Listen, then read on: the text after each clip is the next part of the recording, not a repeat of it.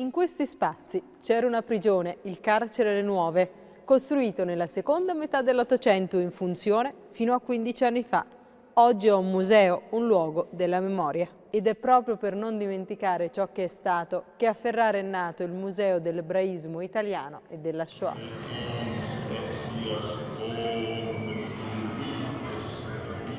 70 d.C. bruciano le mura del Tempio di Gerusalemme distrutto dai Romani, mentre si sente il testo sulla guerra giudaica scritto in greco da Giuseppe Flavio.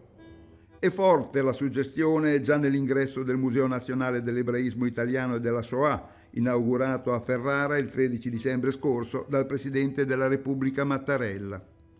In mostra, su 1000 metri quadrati, oltre 200 oggetti. È un percorso espositivo coinvolgente, ricco di immagini, alcune in 3D, come questa ricostruzione della sinagoga di Ostia Antica. Ci sono poi testimonianze, oggetti di vita quotidiana ed epigrafi che ripercorrono 1000 anni di storia degli ebrei in Italia, dall'età romana al Medioevo. Una comunità che ha mantenuto salda la propria identità anche grazie alla scrittura.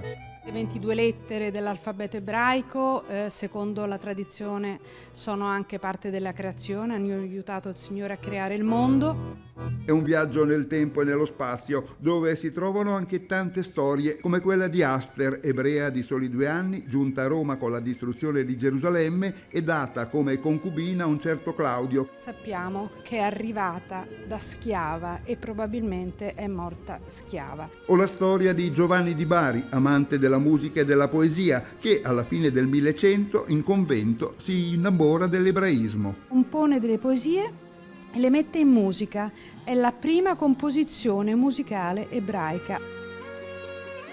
La mostra è solo una parte di quello che sarà il MEIS una volta completato. Entro il 2020 saranno infatti costruite 5 nuove palazzine che simboleggiano i 5 libri della Torah. Ma perché a Ferrara questo museo? Gli Aragona nel 1492 espellono tutti i loro ebrei dalla Spagna e dal Portogallo ed ecco che gli Este li invitano a venire a Ferrara.